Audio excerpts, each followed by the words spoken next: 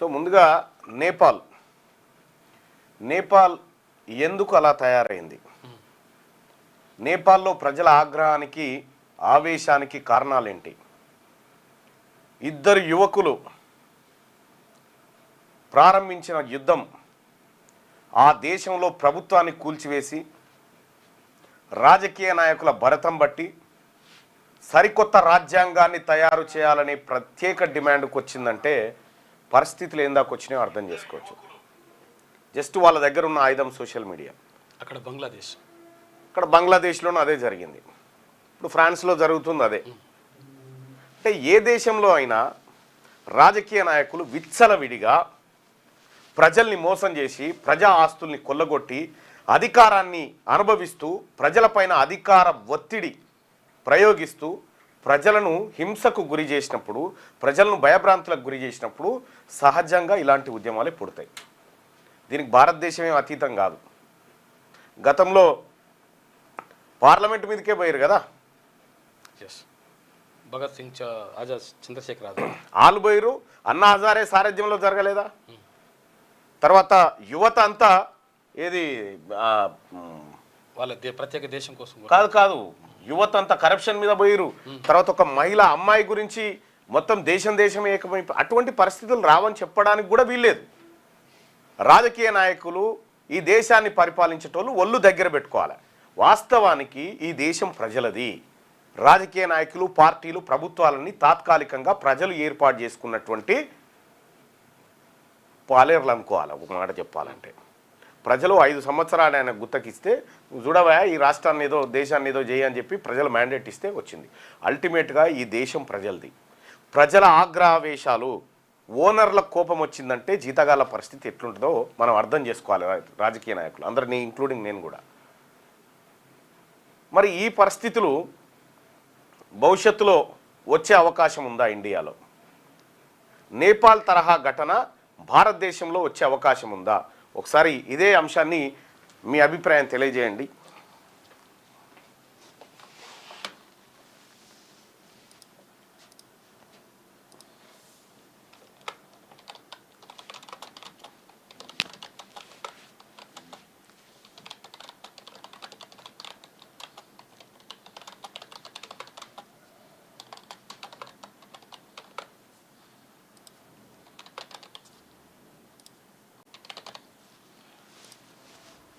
Right.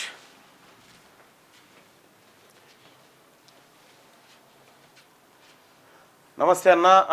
తొలి వెలుగు రఘు అన్న మీద జరిగిన ఎలిగేషన్స్కి సంబంధించి వాడెవడో వర్టెక్సోడు వాడు భూములు కబ్జా పెట్టి వాని ఇష్టం వచ్చిన తీరుగా ఆరోపణలు చేసుకుంటూ పోతే రఘుకు ఒకసారి కాల్ చేద్దాం.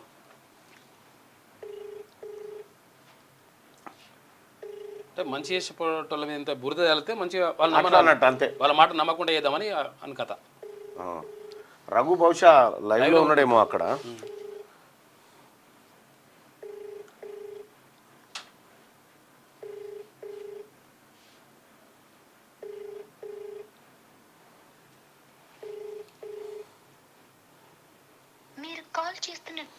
రఘు పైన వర్టెక్స్ వాళ్ళు, టీ న్యూస్ వాళ్ళు, ఇంకెవరైతే ఆరోపణలు చేసిరో మీకు దమ్ముంటే ఆధారాలు నిరూపించండి. రఘు 50 లక్షలు లంచం తీసుకున్నాని చెప్పిర్రు, నీకు దమ్ముంటే ఆధారాలు నిరూపించండి, లేదంటే మీరు తప్పైపోయింది క్షమాపణ కోరుతున్నామని చెప్పండి. నిన్న మళ్ళా రఘు ఉద్యమకారులందరినీ తీసుకొని పోయిండాడికి, రైతులు వచ్చిరు, బాధితులు వచ్చిరు. గుడ్ మార్నింగ్ రఘు, నేను మళ్ళీ నన్ను మాట్లాడుతున్నా. రఘు, ఈ వర్టెక్స్ కంపెనీది ఏంది అసలు? వర్టెక్స్ కంపెనీ చేసిన కార్యక్రమం ఏంది రఘు? వర్టెక్స్ కంపెనీ అక్కడ మొత్తం 340 ఎకరాలది. అందులో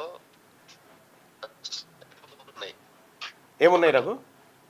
అసైన్డ్ భూములు ఉన్నాయి, దళితుల భూములు ఉన్నాయి. రెండోది ఎయిర్పోర్ట్ భూములు ఉన్నాయి. మూడోది 2 చెరువులు ఉన్నాయి. నాలుగోది కొంతమంది ప్రజల వాళ్ళకి వ్యాపారం, వాళ్ళకి సంబంధించి రఘు నా ఫోన్లోకి ఏం చేస్తావు? ఇది సుదర్శన్ అన్న ఫోన్, ఇది ఇంటర్నేషనల్ ఫోన్. ఇది కొంచెం నెట్వర్క్ ప్రాబ్లం వస్తుంది.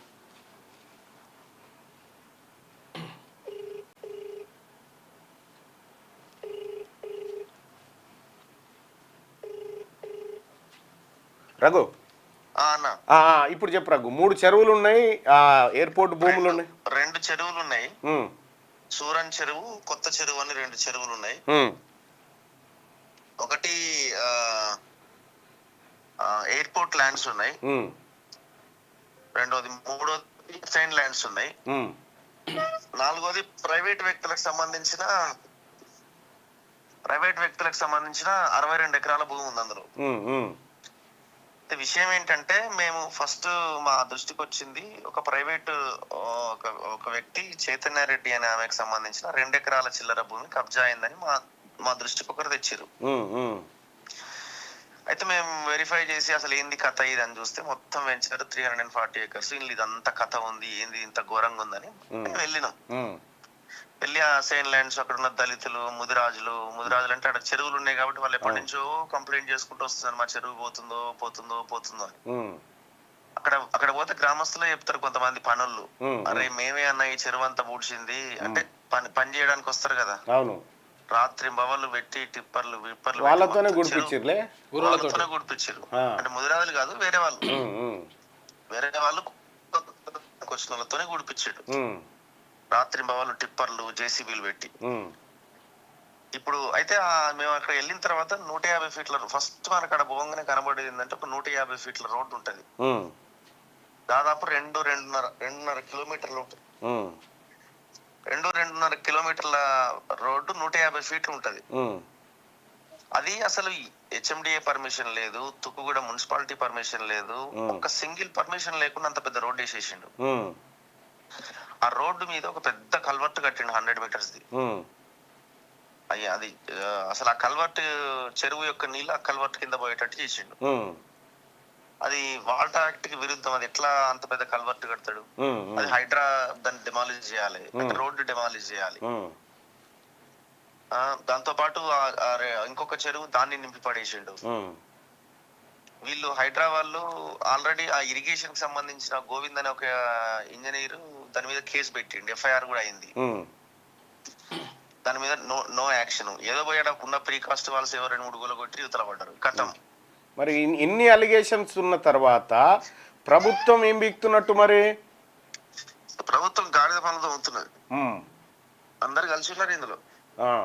వర్టెక్స్ అన్నట్టు ఆయన కేటీఆర్ కి చాలా దగ్గర. 2014 ముందు వర్టెక్స్ వర్మ ఉత్తగా చిన్న ఇల్లు కట్టుకునేటోడు. కేటీఆర్ కి దగ్గర అయిండు, మనోడు నమ్మకస్తుడుగా అయిండు, మొత్తం మనోడికి ఒక రకంగా బినామీ టైప్ లో ఉన్నాడు. మరి ఇప్పుడు కేటీఆర్ కి బినామీలని ఇప్పుడు వీళ్ళు కాపాడుతున్నట్టేగా. No action. అసలు ఎంత భయంకరమైన అంటే ఒక రకం గ్యాంగ్ రేప్ అది ఆ ఏరియా. అందులో రఘు దీనిపైన ఏమంటారు రఘు?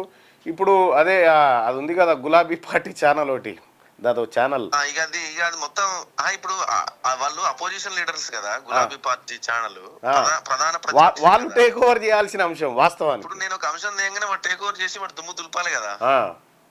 వాడు నాకు వ్యతిరేకంగా వార్తలు రాస్తుండు. అంటే రఘు బ్లాక్ మెయిల్ చేస్తున్నాడు, డబ్బులు తీసుకున్నాడు అని చెప్పి రకరకాలుగా నిన్న నన్ను ఛానల్ అందరు తీసుకుపోయాడు. 15 యూట్యూబ్ ఛానల్ వచ్చినాయి మనల్లో. ఆంధ్రం పోయాడ మొత్తం పెట్టినాం. వాళ్ళు చూసి ఆ పరిశాన్ అయితే ఏందన్నా గిత్త పెద్దగా ఉంటది ఆ వెంచర్ అని. అయితే ఇక్కడ అలా దళితులు వచ్చారు అక్కడికి పాపం. వాళ్ళ బాధ ఏంది, మొన్న 25 ఎకరాలు గవర్నమెంట్ వెనక్కి తీసుకుందని ఒకటి వచ్చింది కదా. ఏం చేసిరు, వీడి కొంత భూమి తీసుకున్నారు, మొత్తం ఆ పట్టా భూములల్లా నాటిరు. వాళ్ళు లబోదిబో అంటున్నారు. ఇంత ఘోరంగా చేస్తుంటే గవర్నమెంట్ ఏం చేస్తుంది అసలు? రైట్ రఘు, ఈ ఇష్యూలో క్యూ న్యూస్ కానీ మేము కానీ నీ పక్షాన ఉన్నాం రఘు. నీ ఫైట్ జెన్యూన్, నువ్వు కొట్లాడాల్సిందే. ఎట్టి పరిస్థితిలో మేమందరం అండగా ఉంటాం. ఎవరికి తల ఉంచేది లేదు, ఎవరికి భయపడేది లేదు. థ్యాంక్ యూ అన్న. Thank you Raghu. Right. Thank you. అది రఘు గురించి చెప్పాలంటే ఒక అంశాన్ని ఒక జర్నలిస్ట్గా ఆయన దృష్టికి వచ్చింది, బయటికి తీసుకొచ్చాడు. ఎంక్వైరీ చేయాలి, నిజాలు ఏందో తెలుసా, అది ఇడిచిపెట్టి రఘు మీద రఘు బ్లాక్మెయిల్ చేస్తా ఉన్నాడు. రఘును ఇంకా నయంతోటే బొలిచి పారేసిరుగా చూసుకో. అరే మీకు టీ న్యూస్కు లేకపోతే మీరు చెప్పొచ్చునా ఈ మాటలు? 25 లక్షల ఎకరాల భూములు కొత్తగా పుట్టించిన పట్టాలు పుట్టించిన మహానుభావులు మీరు, బీఆర్ఎస్ పార్టీ నాయకులు. 25 లక్షల ఎకరాలు. ఇక ఇది ఇట్లా ఉంటే రెండో అంశం, యాదాద్రి భువనగిరి జిల్లా కలెక్టర్ గారు హనుమంతరావు గారు నిజంగా మీకు హ్యాట్సాప్ చెప్పాలి. మీరు ఆ జిల్లా కలెక్టర్గా ఉండడం ఆ ప్రజలు చేసుకున్న అదృష్టంగా చెప్పాలి. నిన్న ఆయన పనితీరు ఎట్లా ఉంటుందో ఒకసారి మీకు చూపిస్తా. నిన్న నా దగ్గరికి ఒక పాపం భార్య భర్త ఇద్దరు వచ్చారు. భర్త 2 చేతులు ఇరిగిపోయినాయి, ఒక కాలు ఇరిగిపోయింది, కుంటుకుంటూ నడుచుకుంటూ వచ్చారు. పాపం ఆ భార్య ప్రెగ్నెంట్తో ఉంది. వాళ్ళది భువనగిరి అయితే ఇక్కడ నివాసం తినడానికి తిండి లేక అడుక్కొని తినుకుంటా ఏది ఫుట్పాత్ల మీద పడుకుంటారు. అన్న నా భార్య ప్రెగ్నెంట్ అన్న, నేను ఏం చేయాలన్నా కనీసం వాళ్ళన్న బతకాలన్నా అని చెప్పి పాపం ఇల్లు లేదు, గోడ్లు ఏమీ లేకపోతే నా దగ్గరకు వస్తే ఏం జరిగిందో చూడరు ఒకసారి.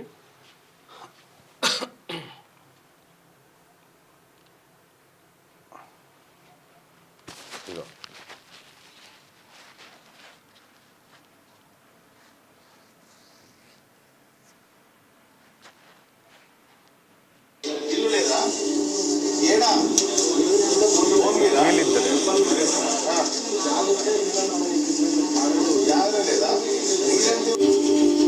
చెయ్యం తిరిగిపోయింది.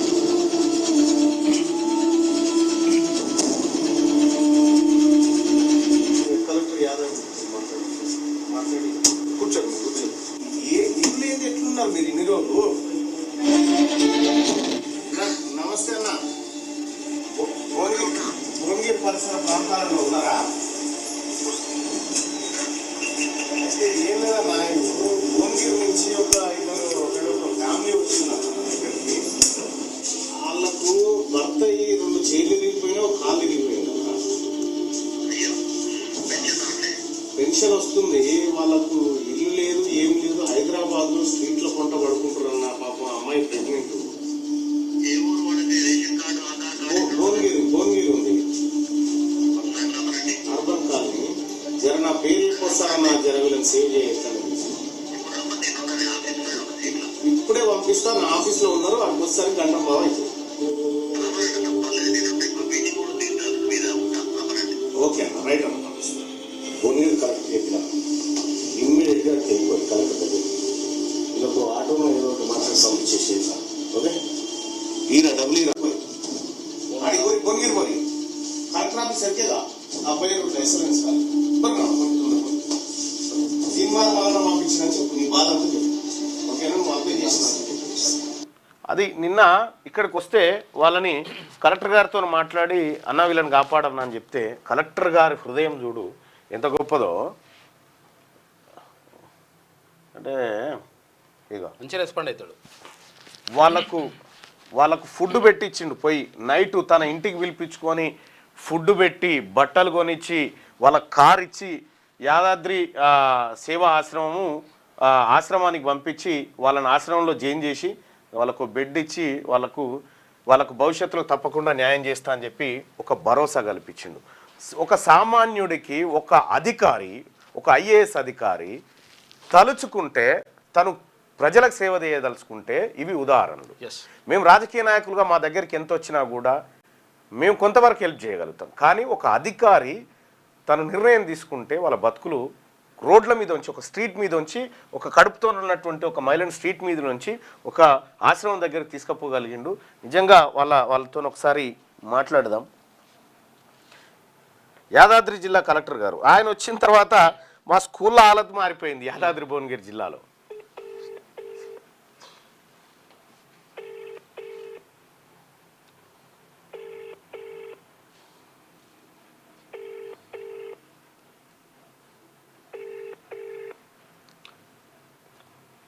హలో నరేష్, హలో నరేష్, నాగరాజు ఇది కలెక్టర్ గారిని కలిసిన తర్వాత కలెక్టర్ గారు ఏమన్నారు మీతో? అది ఇల్లు అది సెకండ్ హాఫ్ ఏదో ఉంటుందంట కదన్నా. సెకండ్ టాప్ లో ఉన్నది నాది పేరు ఉన్నదన్న ఆల్రెడీ. అది నెంబర్ దిగితే చూపించిన నాకు ఇల్లు నెంబర్ 49 వచ్చింది. ఓకే, శాంక్షన్ అయినట్టు ఆల్రెడీ ఉందని ఉన్నది. అలా జాగా లేక ఆగింది. జాగ ఉందన్న కానీ మా అన్నతో 10,000 తీసుకున్నందుకు తప్పైపోయింది అన్న. అదే ఇంకొకటి, ఇప్పుడు కలెక్టర్ గారు మిమ్మల్ని మంచిగా రిసీవ్ చేసుకున్నాడా?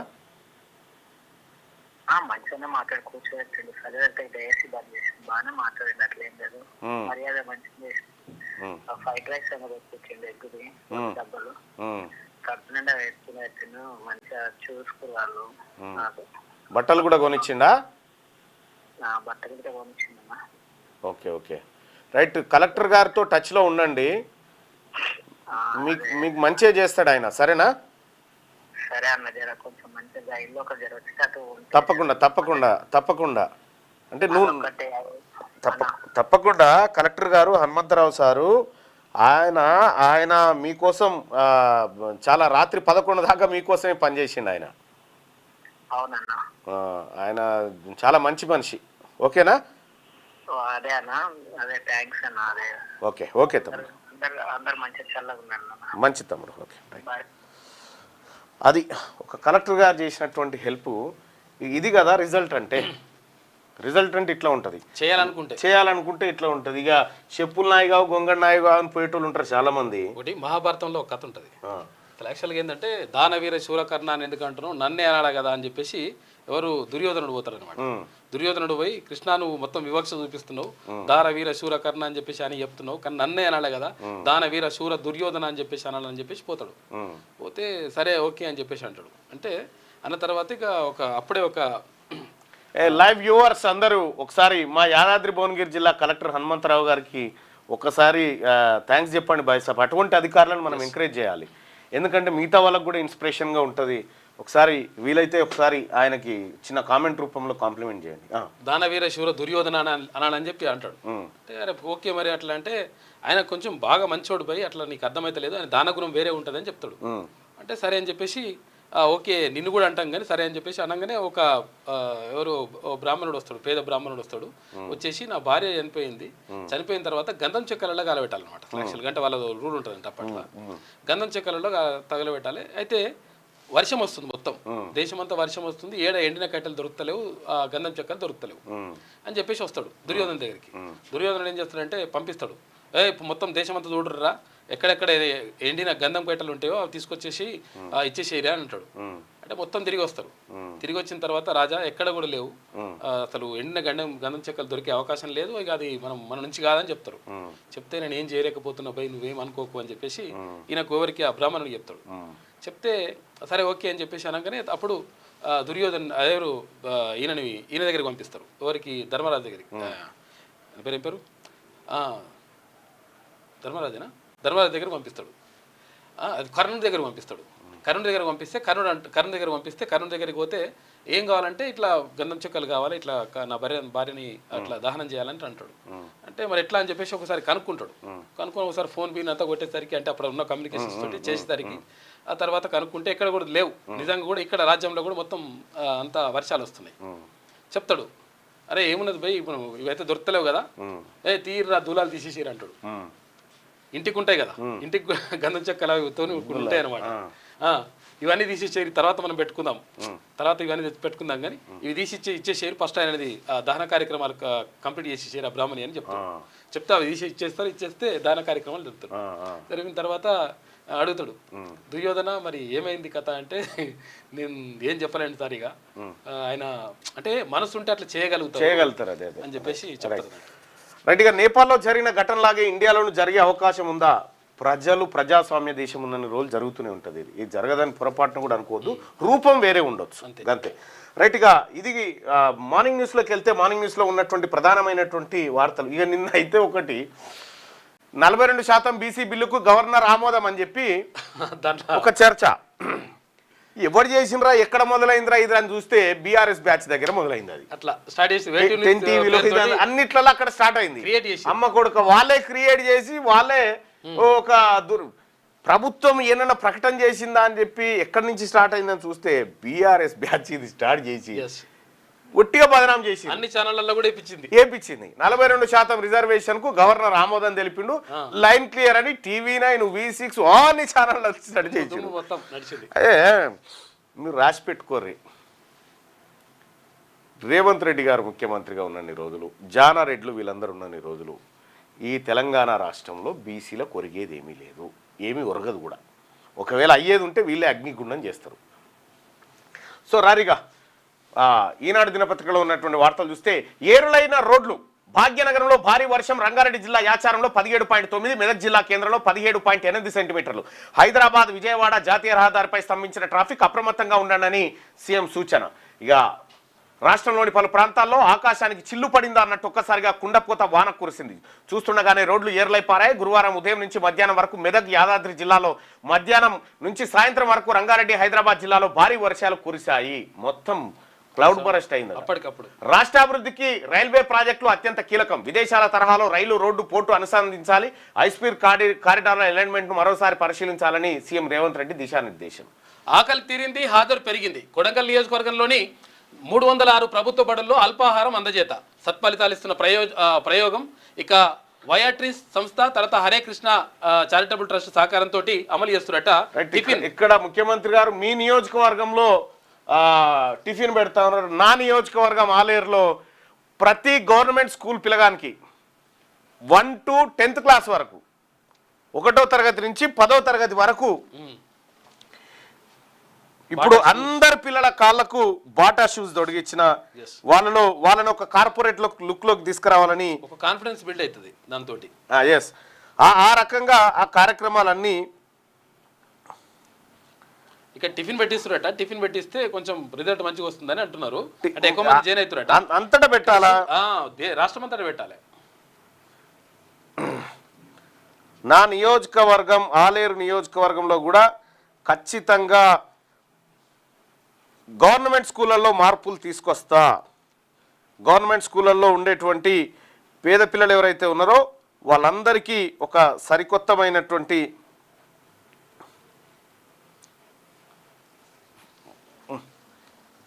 మొత్తం తీసుకురావడం జరుగుతుంది. మీరు ఆకలి తీర్చండి. నా నియోజకవర్గాన్ని నేను ఛాలెంజ్గా తీసుకున్నా. నా ఆలేరు నియోజకవర్గంలో ఫస్ట్ ఎడ్యుకేషన్ సిస్టాన్ని మార్చాలి, ఆ తర్వాత హెల్త్ సిస్టాన్ని మార్చాలి, తర్వాత అధికారుల సహాయ సహకారంతో నియోజకవర్గాన్ని దేశంలోనే నెంబర్ 1 చేయాలి. అది నా టార్గెట్, నా కళ. ప్రభుత్వ పాఠశాలలో చదివే వారిలో 95% మంది దళిత గిరిజన వెనుక 95 ఏంది 99 99 95% మంది దళిత గిరిజన వెనుకబడిన వర్గాలకు చెందిన పేద పిల్లలే. వారిలో అధిక శాతం ఉదయం ఏమీ తినకుండానే బడులకు హాజరవుతున్నారు. రాత్రి ఎప్పుడో తిన్న తిండి మళ్ళీ మధ్యాహ్నం 1 గంట వరకు కడుపు ఖాళీతో ఉండాలంటే పెద్దలకే కష్టం. ఇక పిల్లలు తట్టుకోగలరా? కొందరు ప్రార్థన సమయంలోనే నీరసంతో కళ్ళు తిరిగి పడిపోయేవారు. సీఎం రేవంత్ రెడ్డి సొంత నియోజకవర్గమైన వికారాబాద్ జిల్లా కొడంగల్లో సర్కారు పాఠశాల విద్యార్థులకు అలాంటి కష్టాలు లేవు. కారణం అక్కడ అల్పాహార పథకం అమలు కావడమే. సీఎం చొరవతో పథకానికి ఆర్థిక సహకారం అందించేందుకు వయాట్రిప్ సంస్థ ముందుకు వచ్చింది. అమలు బాధ్యతను Hare Krishna movement charitable trust స్వీకరించింది. ప్రస్తుతం నియోజకవర్గంలోని 8 మండలాల్లో పాఠశాల విద్యార్థులకు బ్రేక్ఫాస్ట్ అందజేస్తా ఉన్నారు. ఇది రాష్ట్రం అంతా అందజేయాలా బ్రేక్ఫాస్ట్.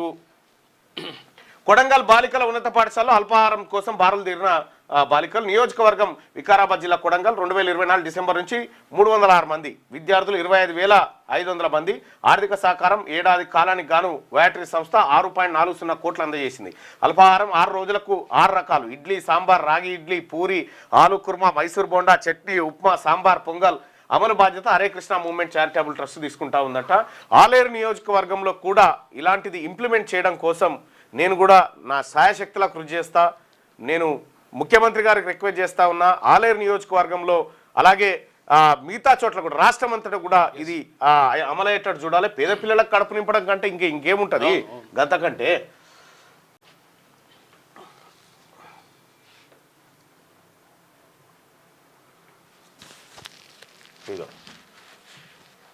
ఇగో పిల్లలందరికీ బాటా షూస్ నుంచి 10వ తరగతి వరకు పిల్లలు ప్రభుత్వ పాఠశాల పిల్లలకి.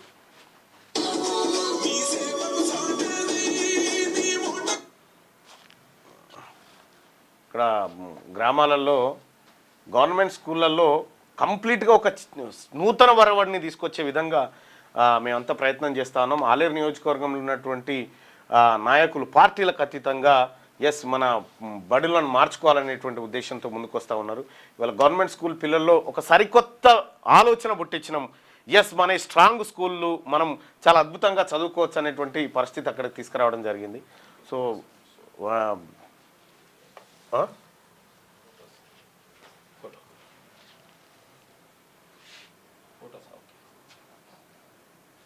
ఇదిగా పిల్లలందరికీ ఇవ్వడం జరిగింది. సో ఇది ఈ మొత్తానికైతే ఆలేరు నియోజకవర్గం కంప్లీట్గా 1వ తరగతి నుంచి 10వ తరగతి వరకు ప్రభుత్వ పాఠశాలలో చదువుతున్నటువంటి ప్రతి పిల్లవాడికి కాళ్ళకి బాటా షూస్ తొడిగించినాం. ఐఎమ్ హ్యాపీ, నేను ఆ విషయంలో చాలా సంతోషంగా ఉన్నా. సో ఇంకా కూడా ఆ విద్యార్థుల కోసం, ప్రభుత్వ పాఠశాలల కోసం, పేదల వైద్యం కోసం ఖచ్చితంగా శాయశక్తిలా కృషి చేస్తా అని నేను మాట ఇస్తా ఉన్నా. ఇక అలాగే మార్నింగ్ న్యూస్లోకి వెళ్తే ఈ బ్రేక్ఫాస్ట్ విషయం ఏదైతే ఉందో ఇది రాష్ట్ర వ్యాప్తంగా అమలు జరగాల్సినటువంటి అంశం. ముఖ్యమంత్రి గారు చొరవ తీసుకోండి. ఈ ప్రభుత్వ పాఠశాలలో చదివేటువంటి పిల్లలకు అల్పాహారం అందించాలి, మధ్యాహ్న భోజనం అందించాలి, ఈవినింగ్ వీలైతే స్నాక్స్ కూడా ఇవ్వాలి. ఇక మావోయిస్ట్ అగ్రనేత మనోజ్ ఎన్కౌంటర్. ఛత్తీస్గఢ్లో జరిగిన ఎదురుకాల్పులో ఆయన సహా 10 మంది మృతుల్లో కేకేబీఎస్ డివిజన్ కార్యదర్శి ప్రమోద్ మనోజ్పై ₹1 కోటి రివార్డు ఉందట. మావోయిస్టు పార్టీకి మరో ఎదురు దెబ్బ తగిలింది. ఛత్తీస్గఢ్ గరియాబంద్ జిల్లా మొయిన్పూర్ పోలీస్ స్టేషన్ పరిధిలోని అటవీ ప్రాంతంలో గురువారం జరిగిన భారీ ఎన్కౌంటర్లో 10 మంది మావోయిస్టులు మృతి చెందారు. ఈ ఘటనను రాయపూర్ ఐజీపీ అమరేష్ మిశ్రా ధృవీకరించారు. తెలంగాణ ప్రాంతానికి చెందిన 2 అగ్రనేతలు, పార్టీ కేంద్ర కమిటీ సభ్యుడు Modem Balakrishna alias Manoj, KKBS division కార్యదర్శి అల్వాల్ చంద్రహాస్ ఎలియాస్ ప్రమోద్ ఉన్నట్టు గుర్తించారు. మనోజ్పై ₹1 ప్రమోద్పై 25 లక్షల రివార్డు ఉంది. అడవుల్లో మావోయిస్టుల సంచారంపై అందిన సమాచారంతో పోయిరట. మోడెం బాలకృష్ణ చాలా కీలకమైనటువంటి నేత, అతన్ని మావోయిస్టులను చంపేసిరట ఎదురుకాల్పులు. ఇవాళ ఉపరాష్ట్రపతిగా సిపి రాధాకృష్ణన్ ప్రమాణ స్వీకారం. మొట్టమొదటి బీసీ ఉపరాష్ట్రపతి ఈ దేశానికి కాబోతా ఉన్నాడు. ఆయనకు శుభాకాంక్షలు. రాష్ట్రపతి గవర్నర్ల గడువు విధింపై సుప్రీంకోర్టు తీర్పు రిజర్వ్ చేసిందట. అసలు ఆ తీర్పులో ఏముండబోతుంది అనేది అత్యంత ఇంట్రెస్టింగ్ విషయం. ఇక గ్రూప్ 1 పై అప్పీల్కు టీజీపీఎస్సీ నిర్ణయం తీసుకుందట. డివిజన్ బెంచ్కి పోతుందట. ట్రంప్ సన్నిహితుడు చార్లీ క్లార్క్ హత్య చేశారు నిన్న. ఆయన ట్రంప్కు చాలా దగ్గర దోస్తట. ఇక కుంటను రాసిచ్చేశారు. స్థిరాస్తి సంస్థకు దారాదత్తం చేసిన ఇంజనీర్లు 2021 నుంచి 2024 దాకా ఎన్నెన్నో మతలాబులు. ఎన్ఓసీ జారీ చేసిన సిఈ, దాంతో తనకు సంబంధం లేదన్న ఎస్సీ సంతకాన్ని ఫోర్జరీ చేసిన జూనియర్ ఇంజనీర్ హైడ్రా విచారణలో వెలుగులోకి. నీటి వనరులను సంరక్షించాల్సిన నీటిపారుదల శాఖ ఇంజనీర్లే కుంటను రాసిచ్చేశారు. ఇక్కడ నీటి కుంట ఉన్నా లేనట్టుగా నిర్ధారించి ఓ రియల్ ఎస్టేట్ కంపెనీకి నిరభ్యంతర పత్రం జారీ చేశారు. రంగారెడ్డి జిల్లా మహేశ్వరం మండలం మంకాల్ గ్రామంలో 15 ఎకరాల 13 గుంటల నిరభ్యంతర పత్రం కోసం చేసిన దరఖాస్తును దుమ్ము దులిపి అక్కడ 2.03 ఎకరాలు మాత్రమే ఎఫ్టీఎల్ పరిధిలోకి వస్తుందని, మిగిలిన దానిలో నిర్మాణానికి అభ్యంతరం లేదంటూ ఆదేశాలు జారీ చేశారు. 2021లోనే దీనికి మొదటి ఎన్ఓసీ జారీ అయింది. అయితే ఎగ్జిక్యూటివ్ ఇంజనీర్ ఇచ్చిన ఎన్ఓసీతో పని కాకపోవడంతో చీఫ్ ఇంజనీర్ మళ్ళీ ఎన్ఓసీ జారీ చేశారు. అయితే ఈ ఎన్ఓసీ తనకు సంబంధం లేదని చీఫ్ ఇంజనీర్ చెప్తా ఉండట. ఇక భూములు చూడరు, కుంటను రాసిచ్చిరట అధికారులు. మేము పార్టీ మారలేదు, బరాసాలోనే కొనసాగుతున్నాం. అభివృద్ధి మరి బరాసాలో కొనసాగితే పోరా, కేటీఆర్ కేసు అయింది, ఆయన మీద కేసు అయింది, ఎప్పుడు పరామర్శిస్తారు మీరు? పోరా కేసీఆర్ దగ్గరికి. బరాసాలోనే కొనసాగుతున్నాం. అభివృద్ధి పనుల కోసమే సీఎంను కలిశాం. సభాపతి నోటీసులకు జవాబిచ్చిన 8 మంది ఎమ్మెల్యేలు. వారి సమాధానాలను ఫిర్యాదుదారులైన బరాసా ఎమ్మెల్యేలకు పంపిన స్పీకర్ మరింత గడువు కోరిన కడియం దానం.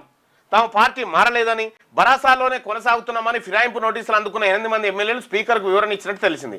బరాసా పార్టీ అభ్యర్థులుగా ఎన్నికల్లో గెలిచి కాంగ్రెస్లో చేరారని, వీరిపై అనర్హత వేటు వేయాలంటూ బరాసా ఎమ్మెల్యేలు సుప్రీంకోర్టును ఆశ్రయించగా 3 నెలల్లోగా నిర్ణయం తీసుకోవాలని స్పీకర్కు సర్వోన్నత న్యాయస్థానం సూచించింది. ఈ నేపథ్యంలో సభాపతి వీరి నుంచి వివరణ కోరుతూ నోటీసులు జారీ. ఏమవుతుందంటే వాళ్ళు చేరలేదంటారా, చేరినట్టు నాకు కూడా ఇక్కడ కనిపించలేదని జాతీయ ఎజెండా వేసుకున్నాం మేము, కాంగ్రెస్ పార్టీ కండు ఎందుకు అవుతుందని చెప్పి వాళ్ళు చెప్తా ఉన్నారు. అయితే ఇది సుప్రీంకోర్టులో గట్టిగానే అవుతుంది. మేమిద్దరం మాట్లాడుకుంటాం. సామాజిక మాధ్యమాల్లో మోడీ ట్రంప్ అట సంబంధాలు ఇంత మను పోసుకుంటారు, సంబంధాలు పైకి తెచ్చుకుంటాను మను పోసుకుంటా ఉన్నారు. సో ఇది ఈనాడు దినపత్రిక. అక్కడి నుంచి రైతులు వచ్చారు. ఔటర్ రింగ్ రోడ్ త్రిబుల్-ఆర్కి సంబంధించినటువంటి రైతులు, ఆ రైతుల బాధ వర్ణాతీతంగా ఉంది. ఒకసారి ఆ రైతులు రుణమాఫీ కాలేదని, ఏ పథకం కొనేళ్తలేదు, ఏ పథకం తీరానికి చేరతలేదు. ఆరంభించరు మూర్ఖ మానవులని కేసీఆర్ తగిన పద్యానికి ఇప్పుడు సరిపోయింది. సరిగ్గా నడుస్తుంది అట్లా కథ. ఇక వెలుగు దినపత్రికలో వార్తలు చూస్తే మెదక్లో కుండపోత 3 గంటల్లో 17.6 సెంటీమీటర్ల వర్షం, పట్టణంలో పలు కాలనీలు జలమయం, మెయిన్ రోడ్డుపై మోకాలలో తునీళ్లు, హైదరాబాద్ సహా పలు జిల్లాల్లోనూ వానలు, సిద్దిపేట జిల్లా హుస్నాబాద్లోనూ 3 గంటల పాటు కుండపోత, అధికారులు అప్రమత్తంగా ఉండాలని సీఎం రేవంత్ ఆదేశాలు జారీ చేసినట. మొత్తం మీరు రైతులా అట్లా కనిపించలేరుగా, ఇక రారి మీరు ఒకసారి ఇట్లా జనాన్ని అడుగుదాం రారి, ఇక వీళ్ళని చూసినాక రైతులే అనిపిస్తుందా మీకు? జర ఒకసారి లైవ్ లో కామెంట్ చెప్పు. వీళ్ళు జర వెనక జరుగు చూడాలి మీరు కూడా.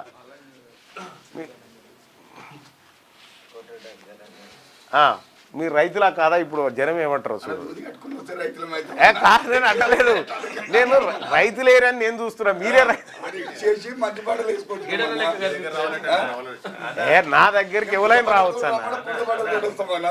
మీరు సుదర్శన గురించి వినాయక చవితికి నెంబర్ ఇచ్చినా కదా, చెప్పగానే నెంబర్ కొట్టుకొని ఇప్పుడు అన్నకు ఫోన్ చేసి మైకేది నీది గాడ పెట్టుకుంటే మీరు వినాయక చవితికి 19 నంబర్ ఇచ్చారు కదా, లీడర్ అంటారు మిమ్మల్ని. కానీ చెప్పు ఏంది ఏంది పంచాయతీ ఏంది? రైతు రుణమాఫీ గురించి మాఫీ కాలేదని. రైతు రుణాలు మాఫీ కాలే ఎట్లా చెప్తావు?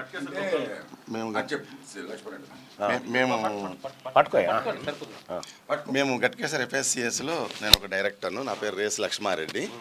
ధర్మారెడ్డి కూడా నా తోటి డైరెక్టరు. రైతులు మైపాల్ రెడ్డి, కోటిరెడ్డి, శ్రీనివాస్. మాకు 10 ఎకరాలు ఉందన్న. 2 ఏకర్స్ పంట పండిస్తాం, అంతా ప్యాడీ చేస్తున్నాము. నాకు 8 ఎకరాలు ఉంది. 4 ఎకరాలు పందిరి ఉంది, 4 ఎకరాలు ప్యాడీ చేస్తాము. ఆ పందిరి మీద ద్రాక్ష రైతులం మేము అప్పట్లో. ఇప్పుడు కూరగాయలు తీగజాతి కూరగాయలు పండిస్తున్నాం ఇప్పుడు మేము. తీగజాతి వెజిటేబుల్ మేము, అందుకే మేము రైతులే కాదు. గట్కేసర్ సొసైటీలో అన్న ఒక్కరికి కూడా రుణమాఫీ కాలే అన్న. ఎందుకు కాలే? కారణం ఏంది చెప్తాను. అంటే ఇంత గతంలో కూడా రైతు జీన్స్ చూడండి అన్నాను, అన్న బట్టలు వేసుకోవద్దంటే చెప్పన్నాను, అన్న దూతి కట్టుకు రావాలన్నా అన్న చెప్పన్నా. అన్న ఒకప్పుడు నాగలు కట్టేదన్న, ఇప్పుడు ట్రాక్టర్ వచ్చింది, హై టెక్నాలజీ వచ్చింది.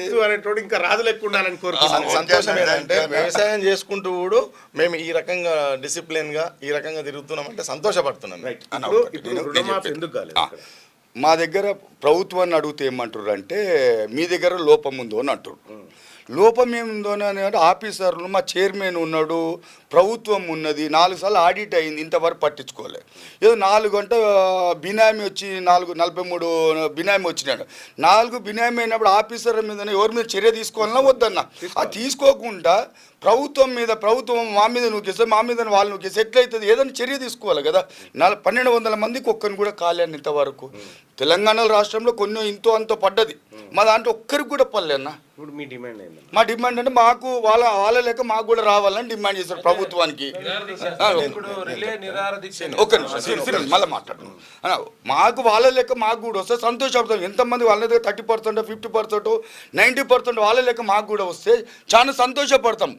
అల్ల చైర్మన్ కాంగ్రెస్ నాయ. ఇక్కడ తొడకూరు యాదగిరి జంగయ్య గారి దగ్గరికి పోతే ఏమన్నాడు, మీ దగ్గర లోపం ఉన్నప్పుడు మీరు చర్య తీసుకోవాలి కదా. లోపం సరి చేయాలి కదా. నువ్వు చర్య తీసుకొద్దని అంటలేం కదా. ప్రభుత్వం తప్పు లేదంటావు, రైతుల తప్పు అంటే రైతులు ఏం పాపం చేసిరు చెప్పు. మాది రూపాయి కుదబెట్టుకుంటుంటా. ఆ రోజు ఏది పని వాళ్ళ దగ్గరికి పోతే, కొమ్మటోళ్ళ దగ్గరికి పోతే ఇంట్రెస్ట్ పడుతున్నా, ఒక్కొక్క రూపాయి పెడితే ఇలా 2000 ఇంచుమించు 12,000 కోట్ల రూపాయలు చేసుకున్నాం సార్ మేము. ఆ పైసలు కూడా వాళ్ళే తినేసి అంటే ఎట్లా చెప్పు? మాకు రైతులకు మాకు కావాలి కదా.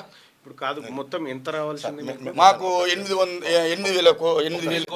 కోట్లు రావాలి. 8 కోట్లు సార్. ఇప్పుడు రేవంత్ రెడ్డి ఎలక్షన్లకు పోయేటప్పుడు 2 lakhs బిలో ఉన్న వాళ్ళందరూ నేను 9వ తారీఖు వరకు తీసుకోండి నేను ఇస్తాను అని చెప్పిన మాట వాస్తవం. అయితే రైతులందరూ అది వరకే లోన్లు తీసుకోరు, ఆ తర్వాత కూడా లోన్లు తీసుకునేది వాస్తవమే సార్. అయితే మా గట్కేసాలు ఏంటంటే FSCS బ్యాంకు మాది, ఫార్మర్ సర్వీస్ కోఆపరేటివ్ సొసైటీ అని మాది. PSCSలు ఏమో మిగతా మండలాలలో ఉంటాయి. అంటే మాకు ఫైనాన్స్ బ్యాంకు యూనియన్ బ్యాంకు. అయితే సరే రాష్ట్రమంతటి తీసుకుని మేము తీసుకున్నాం సార్. అయితే మాది 1189 మంది రైతులు, 8 కోట్ల సుమారు 80 లక్షలు, 8 కోట్ల 80 లక్షలు ఉన్నటువంటి రైతు రుణమాఫీ మా బ్యాంకులు ఉన్నది. ఒక్కరి కూడా రుణమాఫీ కాలేదు సార్. ఫస్ట్ విడత చూసినాం, 2వ విడత చూసినాం, 3వ విడత చూసినాం, కాలేదు. అంటే ఎందుకు కాలేదన్న దానికనేది మా డైరెక్టర్ చెప్పింది ఏంటంటే 1220 అకౌంట్లు అగ్రికల్చర్ వాళ్ళు పంపించాం. అయితే అందులో ఏముందంటే ఒక 30-35 అకౌంట్లు ఏంటంటే ఇన్డేట్ అవుట్డేట్లు ఉన్నాయి. అవి దానికోసము 1, 2, 3 సార్లు కూడా ఆడిట్ చేసుకొని పోయారు. చేసుకున్నాక కూడా ఇంకా రుణమాఫీ రావట్లేదు మాకు. అందుకు మా రైతులమంతా ఏం చేసామంటే ఉమ్మడి మండలంలో ఏం చేసామంటే గౌరవ ఈటల రాజన్ దగ్గర పోయినాము, గౌరవ ఎమ్మెల్యే దగ్గర పోయినాము, గౌరవ కలెక్టర్ దగ్గర పోయినాము, శ్రీధర్ బాబు దగ్గర పోయినాము. ఆ చైర్మన్ మేము డే 1 నుంచి తిరిగినాము సార్, మా బాధ్యతగా యాజ్ ఎ డైరెక్టర్గా చైర్మన్గా. అయినా ఎక్కడ పోయినా మాకు పరిష్కారం దొరకట్లేదు. అందుకు ఏం చేసామంటే ఉమ్మడి రైతులు మొత్తం అంతా ఏం చేసామంటే ఒక రుణమాఫీ సాధన సమితి అని ఏర్పాటు చేసుకున్నాం. ఒక 20 రోజుల నుంచి ప్రాసెస్ ఇది ఏర్పడి ఎంఆర్ఓ ఆఫీసు ముందర టెంట్ వేసుకొని 2 రోజులు దీక్ష చేస్తున్నాం. ఇలా 3వ రోజు సార్. అందుకు కానీ నిన్న అగ్రికల్చర్ ఆఫీసర్స్ డిఏఓ గారు, ఏడిఏ గారు, ఏఓ గారు వచ్చారు. ఎంఆర్ఓ గారికి వచ్చి ఏం చెప్పారంటే మీరు ఏమైనా మెమోరాండం ఇవ్వండి, మేము గవర్నమెంట్కి రాసి పంపుతున్నాం. ఆల్రెడీ మీకు ఇవ్వాల్సిందే వాళ్ళకి కలెక్టర్ గారికి కూడా ఇచ్చాము. అసలు ఏ ఆఫీసు మెట్టెక్కినా కానీ వస్తుంది, ఫైల్ రెడీ ఉంది, మీకు టోకెన్ కూడా ఇచ్చాము. మీకు గవర్నమెంట్ బడ్జెట్ రిలీజ్ చేయంగానే మీకు వచ్చేస్తుందమ్మని చెప్పి ఇట్లా కాలం గడుపుకుంటూ పోతారు. ఏం లేదు, మాకు ఈ కంటిన్యూయేషన్, మాకు ఈ రుణమాఫీ, మా రైతులకు రుణమాఫీ ఆదుకునే వరకు మేము ఈ దీక్ష కొనసాగిస్తామని కూడా మా రైతులు బాగా ఉమ్మడిగా ఉన్నాం. రైతాంగానికి గట్కేసర్లో ఎవరైతే రుణమాఫీ కానీ రైతాంగం ఎవరైతే ఉన్నారో వారికి మేము సంపూర్ణ మద్దతు తెలియజేస్తా ఉన్నాం. వాళ్ళ పోరాటానికి అండగా నిలబడతాం. రుణమాఫీ అనేది రైతాంగానికి చేయాల్సినటువంటి అవసరం ఉంది. మీరే చెప్తిరి తీసుకోపోరే, అరే మైకేది నాకు మైక్ లేదు. అయితే మీరే ప్రభుత్వమే చెప్పే ఏమని రుణాలు తీసుకోరు నాయన నేను మాఫీ చేస్తా అంటే తీసుకొని ఉండే. మరి రైతాంగం పరిస్థితి ఎటుపోవాలి? 8 కోట్ల రూపాయల 8,80,00,000 రూపాయలు తక్షణమే రైతులకు డిమాండ్ చేసి వాళ్ళకు నిరాహార దీక్షను విరమింపజేయాలని కలెక్టర్ను అలాగే ముఖ్యమంత్రి గారు కూడా రిక్వెస్ట్ చేస్తూ ఉన్నాం. వ్యవసాయ శాఖ మంత్రి కూడా తెలియజేస్తూ ఉన్నాం. ఒకసారి నేను వీలైతే మంత్రి గారితో మాట్లాడతాను.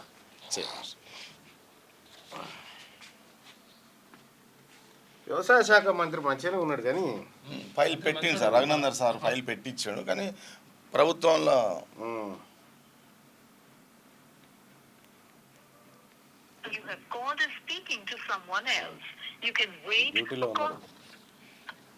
మీరు కాల్ వ్యక్తి మరొక కాల్లో బిజీగా వేచి ఉండండి లేదా తిరిగి మళ్ళీ ప్రయత్నించండి. మొత్తం ఎంతమంది రైతులు? 1189. 2 లక్షల పైన ఉన్న వాళ్ళకి కూడా 2 లక్షలు కట్టుకుంటే మిగతా మాఫీ చేస్తాం సార్. కూడా మా బ్యాంకులో 2,40,000 ఉన్నోళ్ళు 40,000 కట్టిర్రు. 1,20,000 కట్ ఆఫ్ అయింది సార్. మా 1,20,000 కట్ ఆఫ్. మా మల్లారెడ్డి గారు శ్రీధర్ బాబుతో మాట్లాడాడు, టైం ఇస్తానండు. అంతలోనే సారు దుబాయ్ ఒకసారి మా ఎమ్మెల్యే గారితో మాట్లాడినా. మీ ఎమ్మెల్యే దగ్గర ఏం పవర్ లేదు సర్కార్, మా ఎమ్మెల్యే ఆయనే కదా, ఇంకా తప్పదనుకో. ఏడున్నా మంత్రి గారు గుడ్ మార్నింగ్ సార్. శుభోదయం. ఇప్పుడు నా దగ్గరికి గట్కేసర్లో ఉన్నటువంటి రైతులు వచ్చినారు. దాదాపు 1,100 మందికి ఇంకా రుణమాఫీ కాలేదని. ఇక లేదా? ఇప్పుడు మరి వాళ్ళకి కావాల్సిన రుణమాఫీ కాలే కదా సార్, ఎట్లా?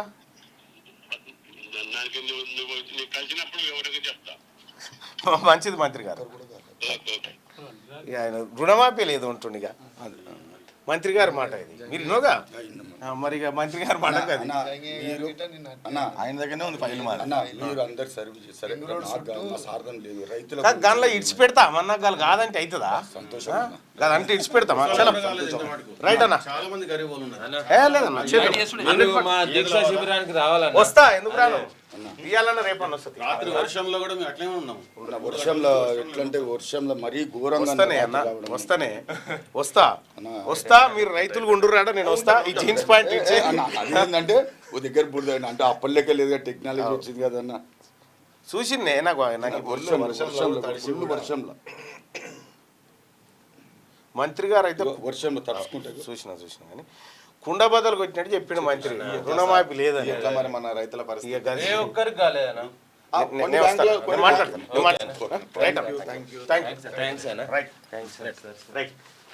ఇంకా RRR రైతులు వచ్చినట్టు. మాది నల్గొండ జిల్లా. మా ఫ్యామిలీకి 2 లక్షల రూపాయలు లోన్ ఉంటే అందులో 60,000 బ్యాంకు కట్టినామైనా రుణమాఫీ రాలేదు. రైతు అంటే రాజులా ఉండాలి. ఎస్, మన నల్గొండ జిల్లా జేవీసీ బీఆర్ఎస్ రెడ్డి నాయక్ వీళ్ళట బీఆర్ఎస్ రెడ్డి నాయకులట వీళ్ళు ఇప్పుడు వచ్చిన వాళ్ళు. మా నల్గొండ జిల్లా మా ఫ్యామిలీకి 20,000 లోన్ 20,000 లోన్ ఉంటే అందులో 60,000 20,000కి 60,000 ఎట్ట కడతావు నాకు అర్థం కాదు. వచ్చిరా రమణ్ 2 లక్షల లోన్ ఉంది మాత్రం 20,000 అని రాసిండు కానీ 2 లక్షలు అయి ఉంటుంది అది. వ్యవసాయ మంత్రి ఎవరు? వ్యవసాయ మంత్రి తుమ్మల నాగేశ్వరరావు గారు. తుమ్మల నాగేశ్వరరావు గారు రండి. వీళ్ళేమో భూములు పోతున్న బాధితులు వీళ్ళు అని వాళ్ళేనా? ఇట్రారి అట్రారి వీళ్ళు త్రిపురాల బాధితులు వీళ్ళు. త్రిపురాని ఇట్లా తిప్పిరాడ మొత్తం మరి చెప్పలేడు ఎప్పుడు ఎందుకట్లా? ఏ అవసరం లేదు వేసుకోవాలి. ఏం గుడి ఇది? ఇట్రారి ఇట్రారి అటు అటు నిలబడి దూరం జరుగురి. ఇది చెప్పుకోరా మీ బాగా చెప్పుకోరు మ్యాప్ ఏమైంది పెద్ద ఆయన? ఎవరు చెప్తారు? ఒక్కరు బాగా ఎక్స్ప్లెయిన్ చేయాలి. గట్టిగా మాట్లాడుతారు. నువ్వు చెప్తా ఆయనకు మైకి చెప్పే పెద్ద ఆయన ఏమైంది అన్నా? ఫస్ట్ మీరు ఏ ఊరికేని వచ్చారు? మీరు ఎవరు? అది తలకొండపల్లి మండల్, జంగారెడ్డిపల్లి, రాంపూర్, గౌర్పల్లి, మన ఓన్లీ తలకొండ మండలంలో వచ్చాం మనం ఇప్పుడు. ఇంత ముందుకు మా దగ్గర ఇప్పుడు మా ఎమ్మెల్యే కసిరెడ్డి నారాయణ రెడ్డి మా ఎమ్మెల్యే. ఇది ఫస్ట్ అలైన్మెంట్ బ్లూ. ఇప్పుడు ఏం చేసిన అంటే ఖానాపూర్కి వెళ్ళి కాకుండా తీసి ఇట్లా దీనికి డిఫరెన్స్ కిలోమీటర్ చేంజ్ చేసిన. కిలోమీటర్ చేంజ్ చేయడం వల్ల ఇప్పుడు మా పక్కన ఇప్పుడు రైతుల్లో ప్రతి ఒక్క రైతు 2 ఎకరాల లోపే ఉన్నోళ్ళు ఇలా చిన్న రైతులు చిన్న కథం పెట్టిండు. ఇప్పుడు ఈయనకి ఏంటంటే ఈయనకు అనుకూలంగా మార్చుకున్నాడు. ఇది ఎట్లా ఆయనకి ఎట్లా అనుకూలం? పొలం ఉంది ప్లస్ అలా ఊరికి వెళ్ళి పక్క పోకుండా ఎక్స్క్యూజ్ మీ అన్న, ఇది పాత అలైన్మెంట్ లా ఆయన ల్యాండ్స్ ఇవి ల్యాండ్స్ ఆల్రెడీ ఫస్ట్ అలైన్మెంట్ ఆయన ల్యాండ్స్ ఆయన మార్కింగ్ లా ఆయన ల్యాండ్స్ పోతున్నాయి. ప్లస్ ఇది మార్పిచ్చి ఈ అలైన్మెంట్ వేసారు. ఈ కసిరెడ్డి నారాయణ రెడ్డి కల్వకుర్తి శాసనసభ్యులు.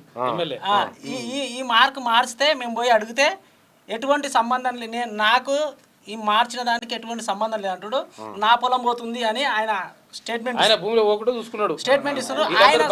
అట్లా సర్వే నెంబర్ మాత్రము ఆయనది 7-8 గుంటలే ఉంది. ఆయనకు 4 గుంటలు, వాళ్ళ అన్నకు 3 గుంటలు, ఇంకో అన్నకు 3 గుంటలు. ఆ ల్యాండ్ పోతుందో పోదో మాకు తెలియదు.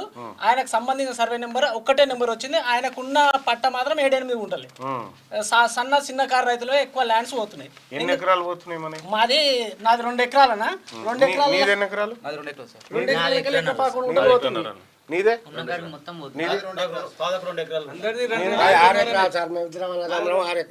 ఎకరాలు పోతుంది.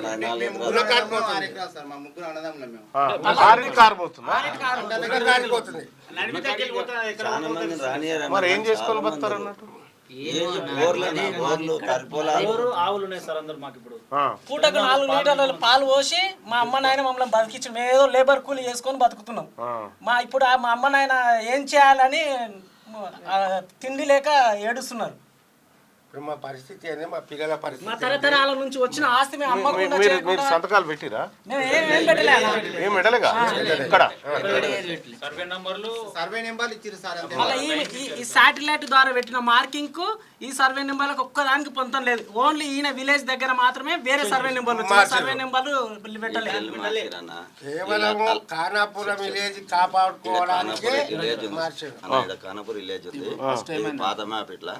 అయితే ఎమ్మెల్యే గారి భూములు ఇవి ఉంటాయి, 100 ఎకరాలు ఉంటుంది ఇట్లా. ఈ దాకా ఉంది. 4 మార్కులు వచ్చినాయి ఇంతవరకు ఊరు మీద. 6 మార్కులు వస్తే ఇట్లా వచ్చిన మార్కులు ఇక్కడ మలిపోయిండు. నడిమింతలు ఉంది, ఏది వచ్చినా ఆయన దాన్ని నడిమింతలంగా పోవాలి. మళ్ళీ ఇప్పుడు లాస్ట్ కి వచ్చింది ఆయన ఏం చేసిండు, వాళ్ళ ఊరు అందరికి మేలు చేసేందుకు ఇది వేరే మా గౌరిపల్లి కాడ మార్చిండు. దీన్ని మార్చి మా ఊరు ఎంకంగా తిరిగి సక్కమల్ల ఆయన పొలం కీడు ఉంటుంది ఇట్లా పక్కకు గట్టు మీద అంగ పెట్టాడు చేస్తే జంగటిపల్లి గౌరిపల్లి 200 మంది రైతులు నాశనం అవుతారు. మరి ఇటుకెళ్ళిపోతే ఇల్లు నాశనం గారా? అటుకెళ్ళిపోతే పెద్ద పెద్ద దానికి వివరణ ఇస్తా. అయితే గత గవర్నమెంట్ ఏం చేసిందంటే ఆమన్గల్ దగ్గరకు ఉండే అనమాట రోడ్డు. ఆమన్గల్ విల్టాయపల్లి మధ్యలో ఉండే. అయితే విల్టాయపల్లి మధ్యలో ఉంటే మొత్తం గవర్నమెంట్ ల్యాండ్లు ఉన్నాయన్న. అంటే టోటల్ గుట్టలు గవర్నమెంట్ ల్యాండ్లు ఉన్నాయి. ఇప్పుడు ప్రస్తుతం ఏమున్నదంటే వాళ్ళ స్వార్థ ప్రయోజనాల కొరకు వాళ్ళ అనుకూలంగా చేసుకొని వాళ్ళ ఊరి పక్కకి వెళ్ళి ఒక మార్కింగ్ ఇచ్చిండు. ఇక్కడ మార్కింగ్స్ గిట్టంగా ఉన్నాయి. ఈ మార్క్స్ ఇచ్చిర్రు. ఈ మార్క్స్ ఇచ్చిన తర్వాత మనం ఏమనుకుంటామంటే ఇంటికి ముగ్గు పోసినట్టే కదా మార్క్ అంటే. మనం ఆయన ముగ్గు పోసిండా మరి మార్క్ చేసిండు. మార్క్ చేసినాక మళ్ళీ అలైన్మెంట్ మార్చడం. ఒక పని చేయరన్న, ఇప్పుడు ఏంటంటే ఇంకా కొంచెం ఇండెప్త్ తెలుసుకుందాం. నేను నా వాళ్ళని పంపిస్తాడికి, మీరు ఊళ్ళో ఉండరు. మీ ఊళ్ళో ఉంటే మా వాళ్ళు వస్తారు, అసలు ఏం జరిగిందో అన్నీ ఎంక్వైరీ చేస్తారు. సరేనా? మీరు కూర్చోపోరు, నేను చెప్తా. నేను వస్తా పరి, నేను మనుషులను పంపిస్తా పరి. సరేనా? ఓకే పరి. ఇగో ఇవి పట్టుకపోరి, ఇవి పట్టుకపోరి.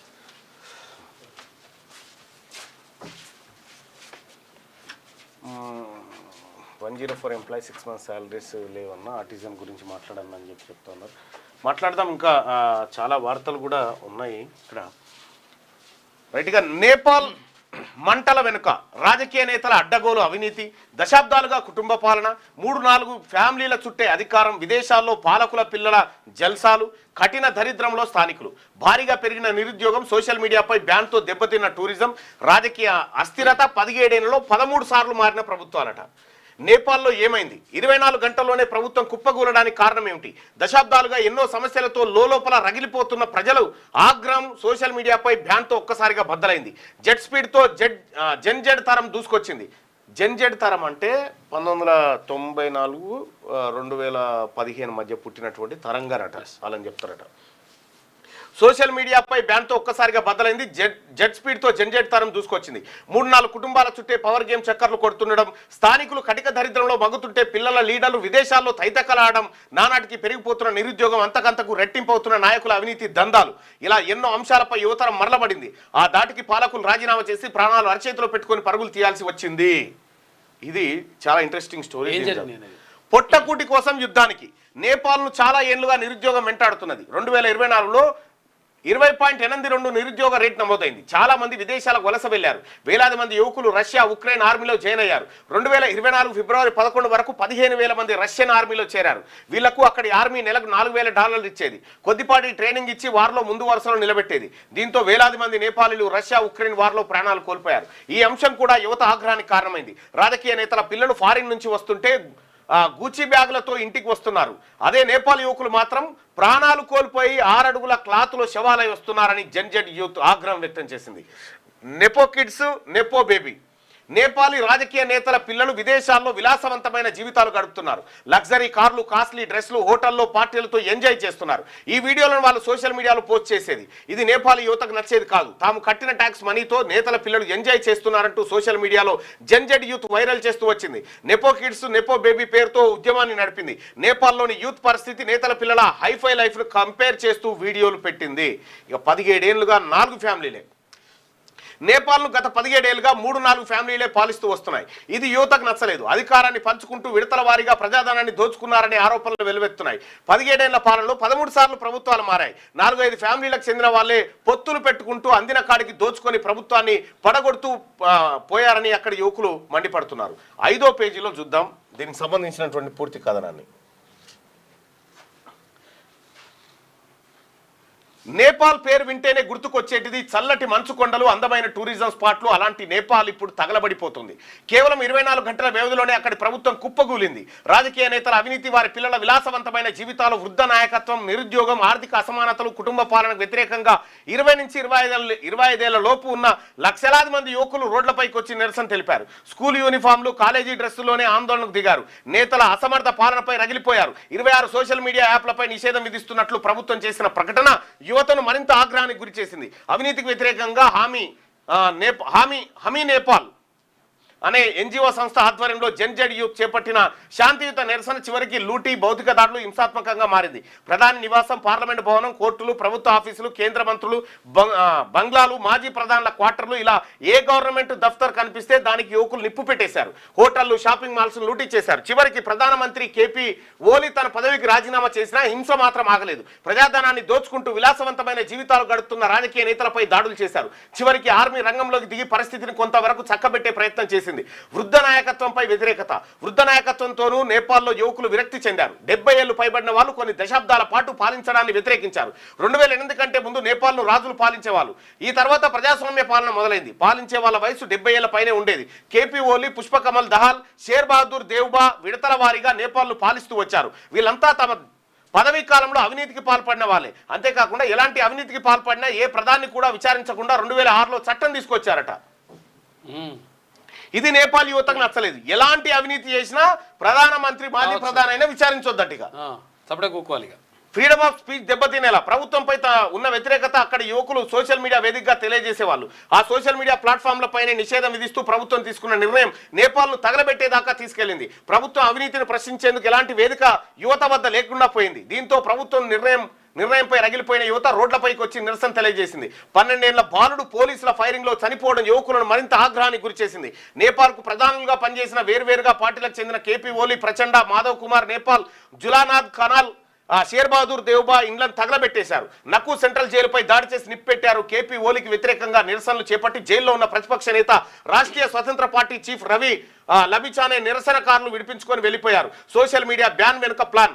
తమ అవినీతి, నిరుద్యోగం, పిల్లల విలాసవంతమైన జీవితాలను నేపాలీ యువకులు సోషల్ మీడియాలో పోస్ట్ చేస్తుండడం నేతలకు నచ్చలేదు. సోషల్ మీడియా ప్లాట్ఫామ్స్ అన్ని తమ గుప్పిట్లోకి తెచ్చుకోవాలని ప్లాన్ చేశారు. సోషల్ మీడియా సంస్థలకు గవర్నమెంట్ రిజిస్ట్రేషన్ ఉండాలని 2023 నవంబర్లో రూల్ తీసుకొచ్చారు. లోకల్గా ఆఫీస్ సెటప్ కు ఆదేశించారు. హేట్ స్పీచ్, ఫేక్ న్యూస్, ఫ్రాడ్స్ను అడ్డుకునేందుకు రిజిస్ట్రేషన్ నిబంధన తీసుకొస్తున్నట్టు ప్రకటించారు. కొన్ని సంస్థలకు నోటీసులు జారీ చేశారు. ఒక టిక్ టాక్ మాత్రమే రిజిస్టర్ చేసుకున్నది. సుప్రీంకోర్టు కూడా సోషల్ మీడియా బ్యాన్కు అనుకూలంగా తీర్పిచ్చింది. 2025 ఆగస్టు 28న 10 రోజుల టైం ఇచ్చి రిజిస్ట్రేషన్ ప్రాసెస్ కంప్లీట్ చేసుకోవాలని ఆదేశించింది. చాలా తక్కువ టైం ఇవ్వడంతో ఎవరు రిజిస్ట్రేషన్ చేసుకోలేకపోయారు. దీంతో మొత్తం 23 యాప్లపై నేపాల్ ప్రభుత్వం బ్యాన్ విధించింది. టూరిజంపై దెబ్బ. నేపాల్ అనేది టూరిస్ట్ స్పాట్. ఆ దేశ ఆర్థిక అభివృద్ధిలో టూరిజం సెక్టార్ కీలక పాత్ర పోషిస్తుంది. పర్యాటకులను ఆకట్టుకునేందుకు ఇక్కడ యువత సోషల్ మీడియాను ఎక్కువగా వాడుతుంటుంది. రూమ్స్ బుకింగ్స్, పారాగ్లైడ్స్, ట్రెక్కింగ్ వంటి అడ్వెంచర్ స్పాట్లు బుక్ చేసుకునేందుకు టూరిస్టులు ఎక్కువగా అంటే ఈ స్పెల్లింగ్ మిస్టేక్ వచ్చింది. ఇక్కడికి ఎక్కువగా సోషల్ మీడియా ద్వారానే కాంటాక్ట్ అవుతుంటారు. Social media ban tourism sector తీవ్రంగా ప్రభావితం చేసింది. దీంతో నేపాలీ ఫ్యామిలీలు ఉపాధిని కోల్పోయాయి. విదేశాల్లో ఉన్న తమ పిల్లలతో మాట్లాడుకునేందుకు ఉపయోగించే యాప్స్ను బ్యాన్ చేయడంతో లక్షలాది మంది తల్లిదండ్రులు తీవ్ర ఇబ్బందులు ఎదుర్కొంటున్నారు. జాబ్ స్టడీ కోసం 70 లక్షలకు పైగా నేపాలీ విదేశాల్లో ఉన్నారు. ఇక్కడ చూడరు పరిస్థితి. నిరసనకారులు నిప్పు పెట్టడంతో తగలబడిన వాహనాలను ఇక్కడ చూడొచ్చు. షేర్ బహదూర్ దేవ్బా విమానాల కొనుగోలులో మాజీ ప్రధాని అయిన షేర్ బహదూర్ దేవ్బా భారీ ఎత్తున అవినీతికి పాల్పడినట్లు ఆరోపణలు ఉన్నాయి. నేపాల్ పౌరులను ఫేక్ డాక్యుమెంట్లతో భూటాన్ సిటిజన్స్ గా మార్చి వలసదారుల పేరుతో అమెరికా పంపేందుకు ఆయన భార్య అర్జునా దేవ్బా ఆరోపణలు ఎదుర్కొంటున్నారు. ఇక Pushpa Kamal Dahal CPS MC party chief 3 సార్లు ప్రధానిగా పనిచేసిన పుష్ప కమల్ దహల్పై అవినీతి ఆరోపణలు ఉన్నాయి. మావోయిస్టు గెరిల్లా ఫైటర్స్ పేరుతో వచ్చిన నిధులను డైవర్ట్ చేస్తూ కోట్ల రూపాయలు వెనకేసుకున్నట్టుగా ఆరోపణలు ఎదుర్కొంటున్నారు. కేపీ ఓలీ మాజీ ప్రధాని కేపీ ఓలీపై కూడా అవినీతి కేసు నడుస్తున్నది. సుప్రీంకోర్టు ఆదేశాలను బేఖతారు చేస్తూ గరీబుల్లా అనే టీ ఎస్టేట్ ను కమర్షియల్ ప్లాట్ గా మార్చి డబ్బులు దోచుకున్నట్టు ఆరోపణలు ఉన్నాయి. ఇలాగే మరో 3 ప్రధానులు మాధవ్ కుమార్ నేపాల్, బాబురాం భట్టాచార్, కిల్రావ్ రెజ్మీపై కూడా అవినీతి ఆరోపణలు ఉన్నాయి. ఈ అవినీతి ఆరోపణలన్నీ కుండ బద్దలైపోయి ప్రజల ఆగ్రహానికి దారి చేసినాయి. ఇది ఒక్క నేపాల్లో ప్రారంభమై నేపాల్లో ఆగిపోయేటువంటి అంశంగా మీరు చూడకూడదు. ఇది ఖచ్చితంగా ఇది ప్రపంచంలో ప్రతి దేశము పాతబడిన మందు పాత్ర లెక్కనే ఉంది. ఏదో ఒక రోజు విస్ఫోటనం తప్పదు. సుశీలనా కుల్మాన్ సింగియా నేపాల్ తాత్కాలిక ప్రధాని ఎవరనేది తేలలేదు. ఈ విషయంలో జనరేషన్ జెడ్ ప్రతినిధిలో చీలిక వచ్చింది. ఆ దేశ సుప్రీంకోర్టు మాజీ సీజే సుశీలా కర్కి అవుతారని ప్రచారం జరిగినప్పటికీ తాజాగా ఎలక్ట్రిసిటీ అథారిటీ మాజీ సీఈఓ కుల్మాన్ సింగ్ పేరును తెరపైకి వచ్చిందట. ఈ జెన్ జెడ్ అనేది వంతే ప్రధాని ఎవరు ఉండాలో డిసైడ్ చేసి వచ్చింది. సో ఇది ప్రధానంగా కనిపిస్తున్నటువంటి ఒక నేపాల్ పరిస్థితి చూస్తాను. ఇక ఈ నెల 17న హోటల్ తాజ్ కృష్ణాలో బీసీల కోసం రాజకీయ పార్టీ ఆవిర్భవించబోతా ఉంది. బీసీ ప్రజలారా, మన రాతను మనమే మార్చుకోవాలి, మన గీతను మనమే తురిపేసుకోవాలి, గతంలో ఉన్నటువంటి గీతను. అందుకోసమే బీసీల కోసం, బీసీల ఆత్మగౌరవం కోసం, బీసీల అధికారం కోసం, వాటా కోసం రాజకీయ పార్టీని తీసుకొస్తా ఉన్నాం 17 తారీఖు రోజు.